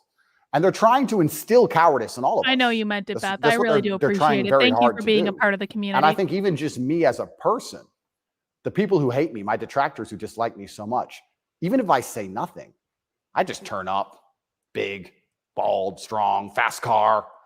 It's just me. I'm like the enemy to them, because I symbolize because you have a fast car. Men who don't comply. And not don't comply in a negative law-breaking way, but don't comply if we don't agree with that, or we don't see common sense in that, we're going to politely decline, and that's simply not allowed. What's it like to have the prospect of prison hanging over you? I think that I like to believe that this is a test from God. I like to believe that if you become the most Googled man in the world for saying that you have mental resilience, that God is going to make sure not why you you became the most Googled man in the world. I like to believe that God comes along and says, yes, I've allowed you to become the top G. We're going to see if you really are the top G. I believe that's how I would die for HG Tudor to analyze this interview. I really would. Can someone please fucking email HG Tudor, not me? Can someone please email HG Tudor and ask him to analyze this interview? Because it would go great with the Andrew Tate stuff he's already done, but I would sincerely love his take on this. It's not really usually the type of thing that he does, but god damn it.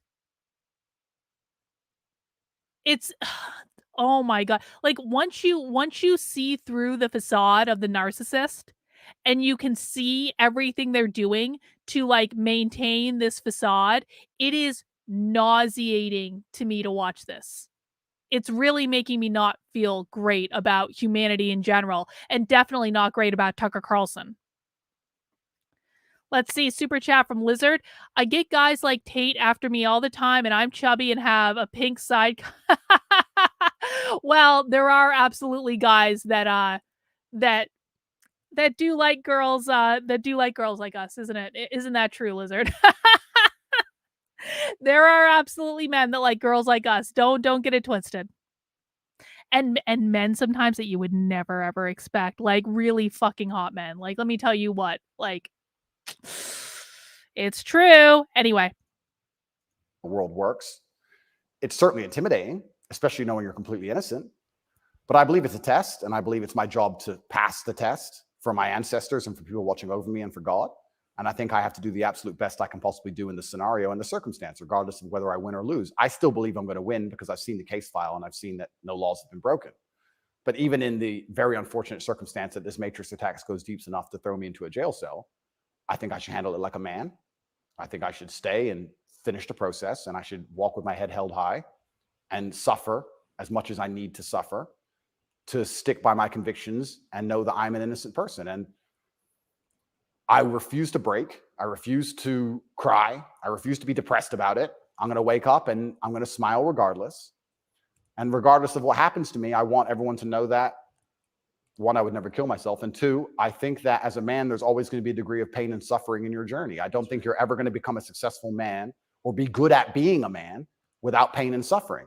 And there's many times in my life where something terrible happened to me. And at the time, if I could change it, I would have. But retrospectively, you kind of look back and go, you know what? That was formulative for me. That's right.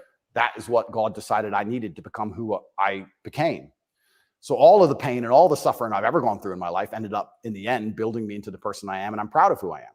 So if God decides I need to go back to a Romanian dungeon for however many days, then all I can do is accept it and accept his plan and accept that it's going to make me a better person. And so you see the hand of God in your life?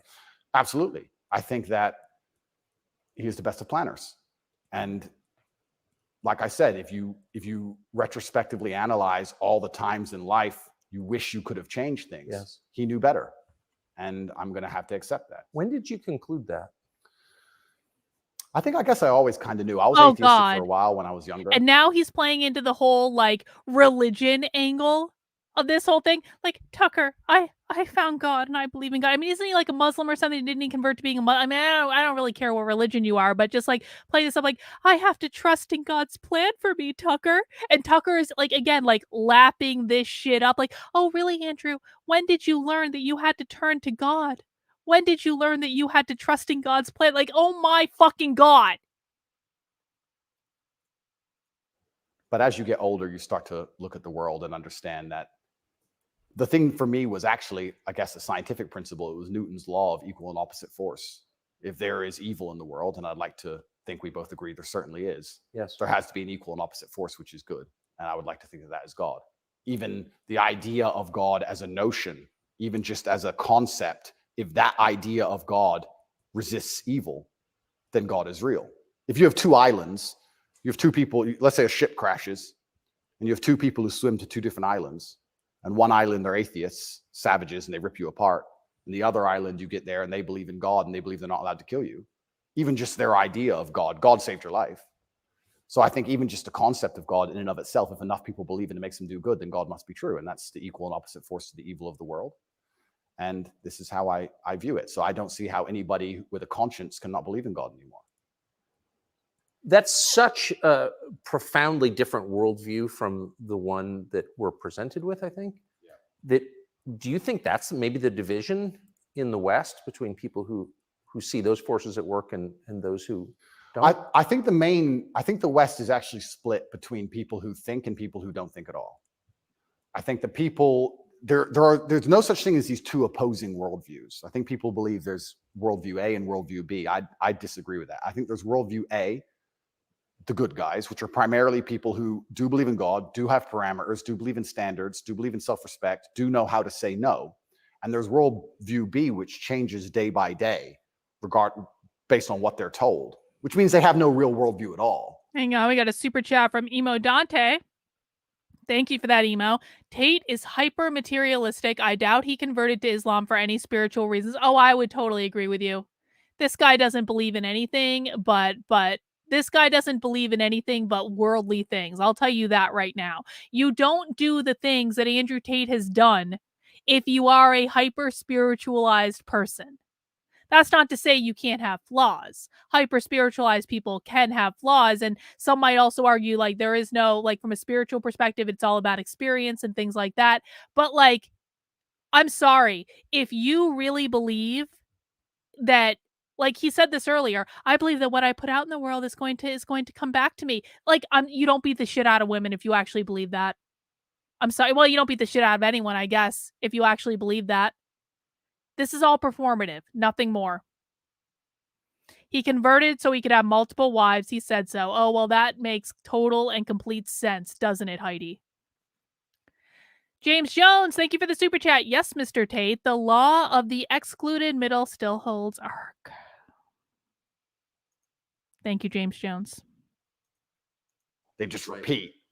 And they have no standards and they have no parameters. There's nothing you can tell them that will make them wake up and go, that's wrong, because they have no inherent morality. So you can literally, you can say bestiality is accepted and encouraged now. It's good for you because for climate change. And they'll sit there and go, oh, for climate change, oh, well, off we go. And they'll just do it. So I think you have a camp of people who think, and you have a camp of people who repeat. And I don't think there's actually the opposing side to the good. I don't think function as a thinking populace at all. I think they simply repeat. It feels like the conflict between those two groups is getting more intense. It's certainly getting more intense. And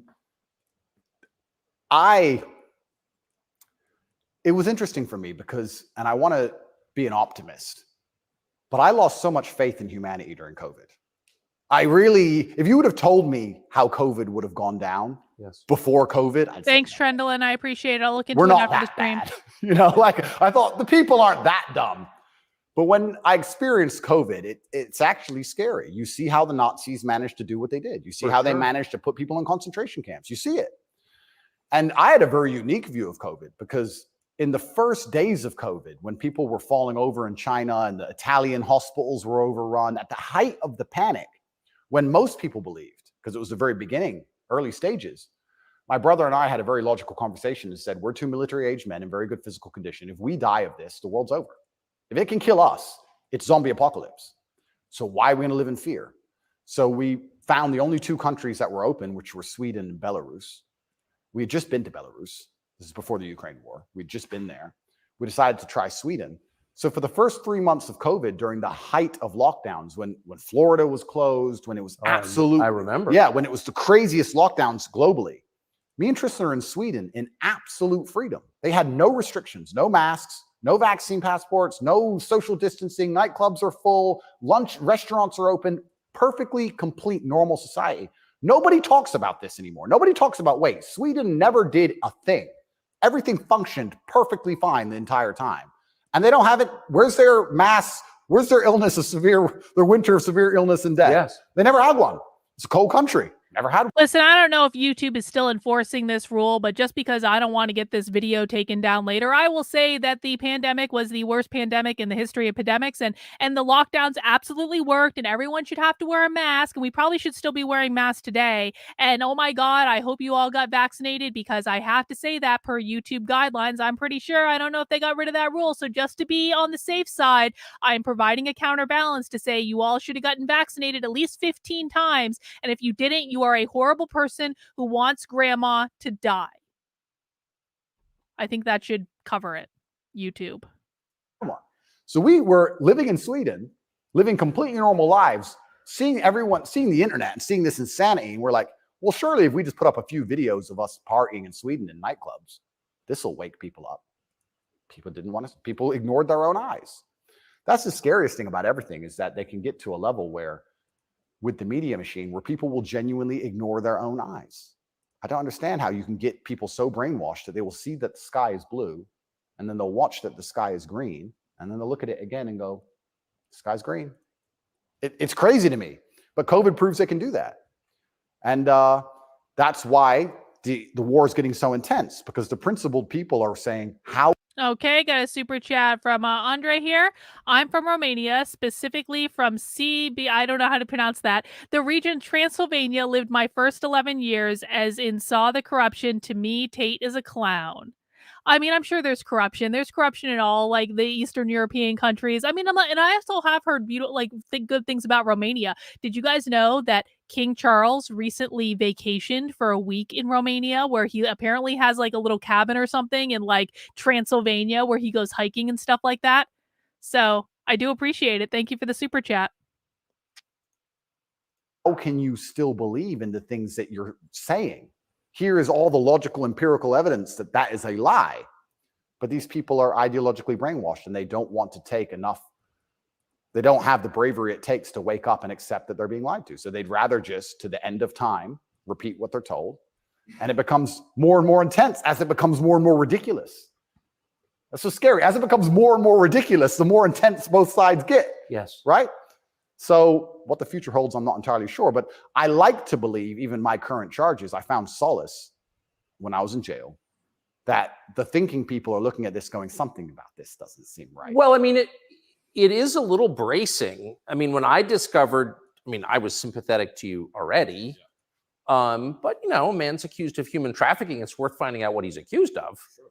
And when I discovered that there was no actual human trafficking charge. Yeah. That's not actually human trafficking. I don't care what you call it. Yep. You weren't buying it, even accused of buying and selling anyone.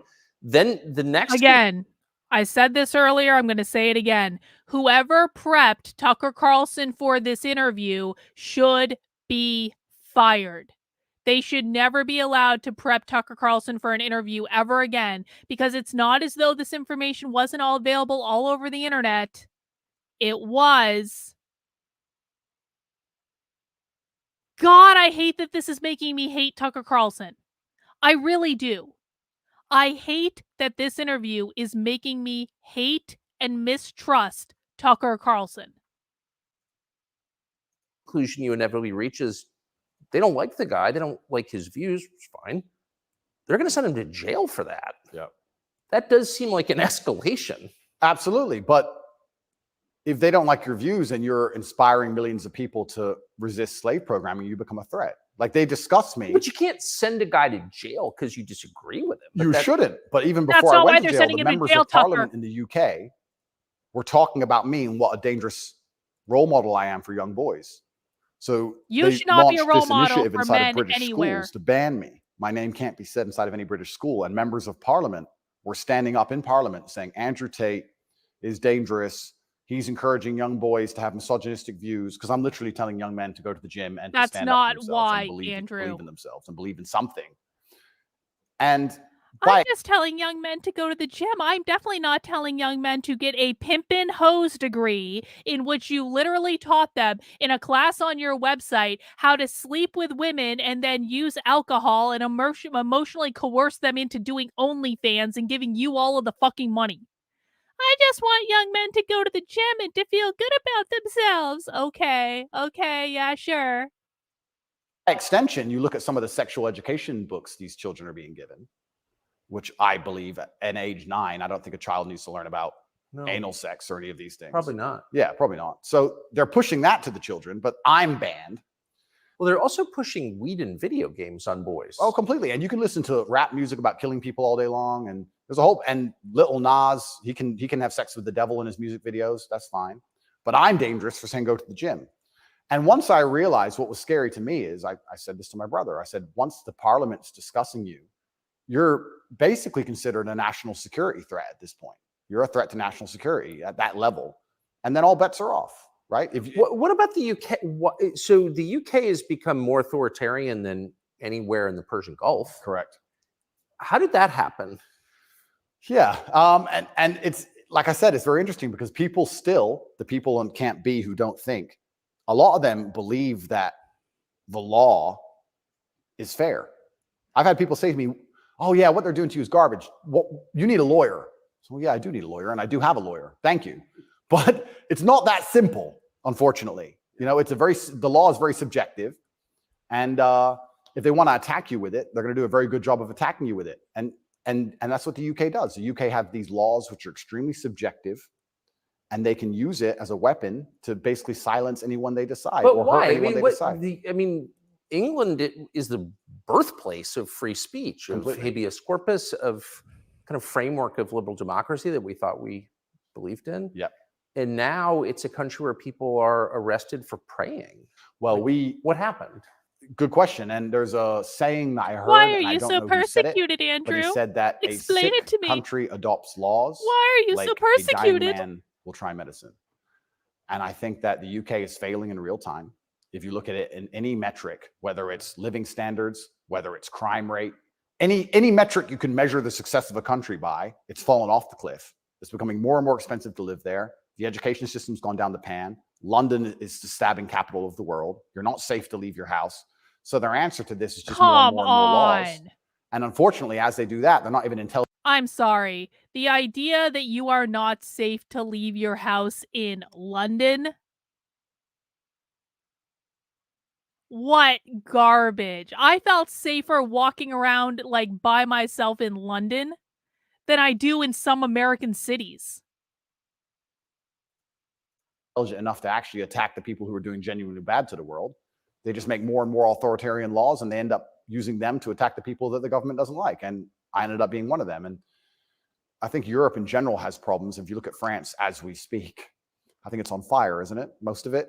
It is. Yeah. So they have issues. Exactly. I would walk around in London over Portland, Oregon every day, or Seattle. What can a government do? No matter what. But they're not laws that are aimed at fixing the problem that's right in front of them. They're laws aimed at fixing the person who's talking about the problems. So why don't you get rid of the guy who tells?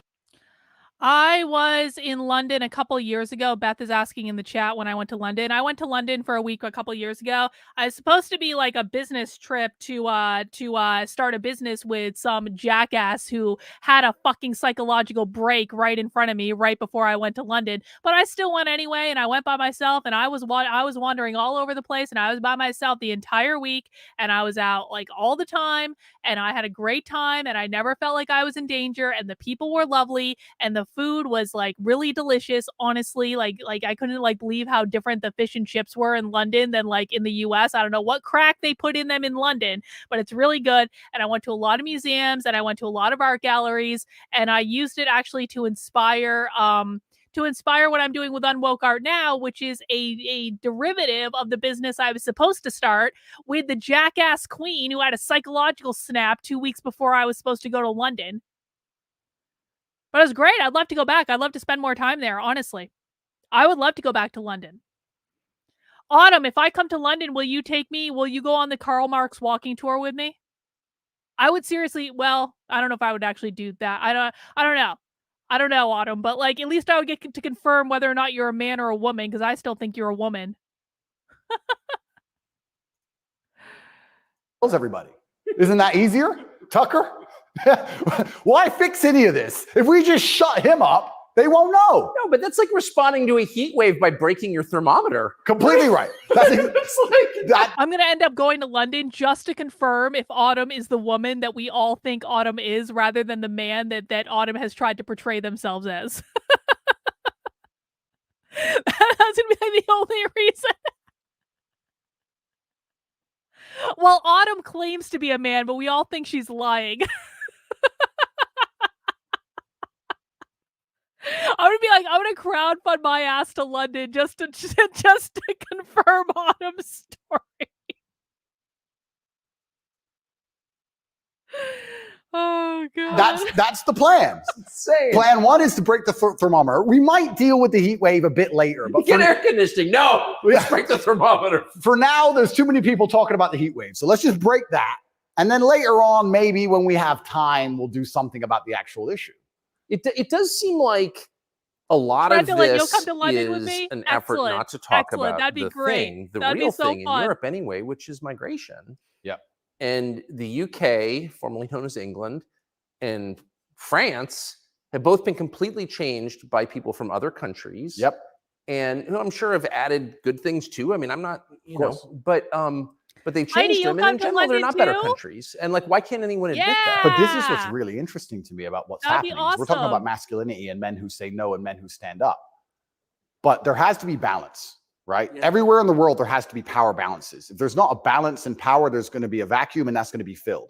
If you neuter the native population of men, if you destroy their mentality to resist, if you tell them that every single thing about the masculine is wrong, I would go to the rave for the drugs, not the dancing. Not that I would ever do drugs. Of course, I would never do and then you import such a high thing, but- testosterone men from the third world who don't believe any of this garbage, who grew up in a society where they understand the only way to succeed is to be a fearsome predator to a degree.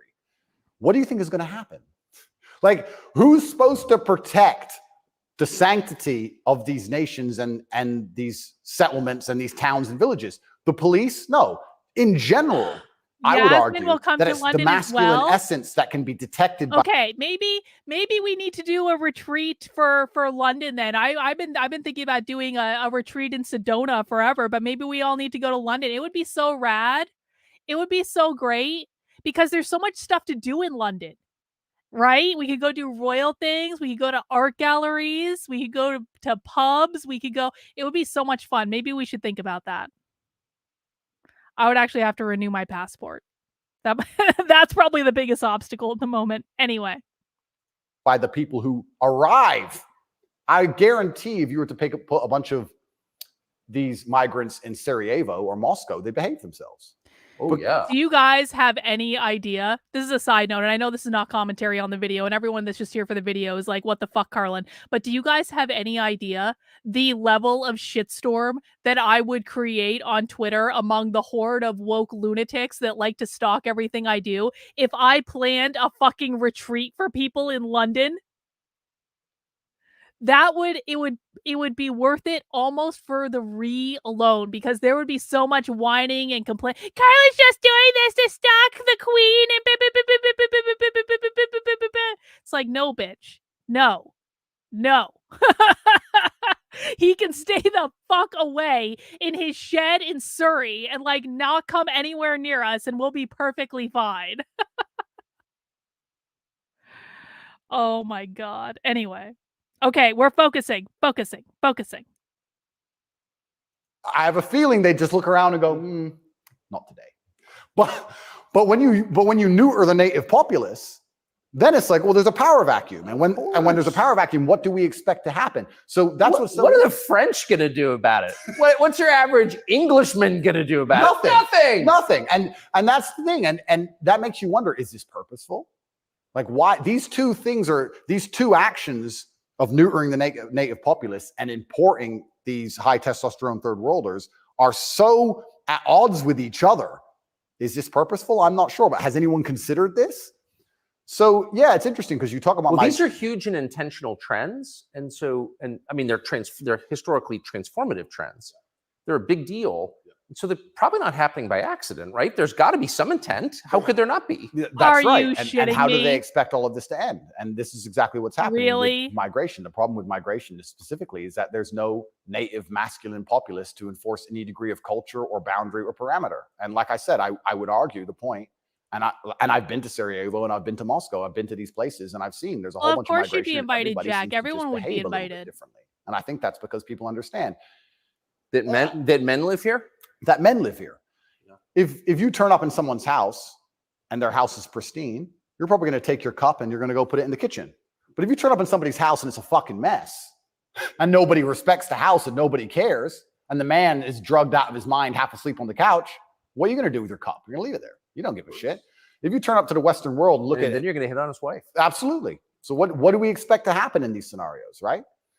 And it is purposeful and it is scary that even me just telling men to go to the gym is seen as an act of defiance to the point where I have to be punished. I must go to jail. I must be silenced. Thermometer must be broken. Can you guys hang on? At the end of all, that might be a good place to kind of pause the first half. We're only 47 minutes into this interview. Oh my God. But like, can you guys see the similarities between what Andrew Tate is doing in this interview and what James O'Keefe has been doing in his little conservative media tour, but especially that night that James O'Keefe was on Tim Pool's show when he got sued by Project Veritas for being a fucking smear merchant? Can you guys see like how similar what Andrew Tate is saying to what James O'Keefe is saying, where they're like, they're just punishing me because I want to do good in the world. I don't know why they would be coming after me. They must just hate successful people like me, and that is why I am being punished, and that is why I am being persecuted. It is so similar. It's eerie. It really is. Go back and watch that James O'Keefe interview on Tim Pool's show. James O'Keefe was like, I don't know why Project Veritas is coming after me. It must be because I am so successful in the world and I just want to be a journalist and I just want to help people. When in fact, the reason Project Veritas came after him is because he broke his employment agreement, was smearing them all over the internet, was lying about them all over the internet, and you guys don't even know half of the problems that James O'Keefe caused at Project Veritas. The things that I have learned directly from I have spoken now probably to at least 15 people that are both former and current Project Veritas employees, maybe even more, that have told me absolute horror stories about how James O'Keefe terrorized everyone. Like, and James O'Keefe goes on Tim Pool like, I don't know why they're persecuting me. I think it is because I am successful in the world and I just want to be a journalist. And Andrew Tate's like, I don't know why they're persecuting me. It's just because I told the young men that they should go to the gym and have some self-respect, and for that I need to be put in jail. I am a poor put upon victim of the world. It is so similar. It's eerie. It is crazy, crazy, crazy eerie. But guys, that is where we're going to stop part 1 of the viewing party on the Andrew Tate interview. We are 47 minutes and 17 seconds in. I do apologize we couldn't do the whole thing in one sitting, but as I said earlier, I do have a supporter call coming up in about 15 minutes. So if you would like to join the private unrecorded supporter Zoom that I do every Monday at 7 p.m. and every Wednesday at noon, and come talk to us about this interview and share your feelings about it, you can find the Zoom link in the Unwoke Reflections weekly email that I send out on my Substack. That is for paying subscribers for $5 a month, $50 a year. If you are a paying supporter on Locals or Patreon, I will be sending out the Zoom link for you expeditiously. Well, if you'd like to join Autumn, $5, Autumn. $5 a month, $50 a year will get you into my private community calls. I know you're a socialist, so you have issues with that, but them's the rules. The people who are supporting my work do get special perks and advantages, to include the 2 Zoom calls, to include the supporter Discord, to include movie night, to include writers group, to include any other perks that I deem relevant to my supporters. But if you do want to join my Substack, that is the primary place that I do ask people to support me these days. You can go into this Unwoke Reflections email and scroll all the way down to the bottom. And when you get down to the bottom for paid supporters, that red box will not be there. What will be there are Zoom links that you can come and join us for a chat that will be starting in about 13 minutes. But guys, that is all I have for today. Thank you, Steven. Cheers for the super chat. I do appreciate it. I will be back tomorrow at 5 p.m. and we will continue this little adventure into the mind of an obvious narcissistic fucking sociopath. All right, guys, take care. We'll see you soon. Bye.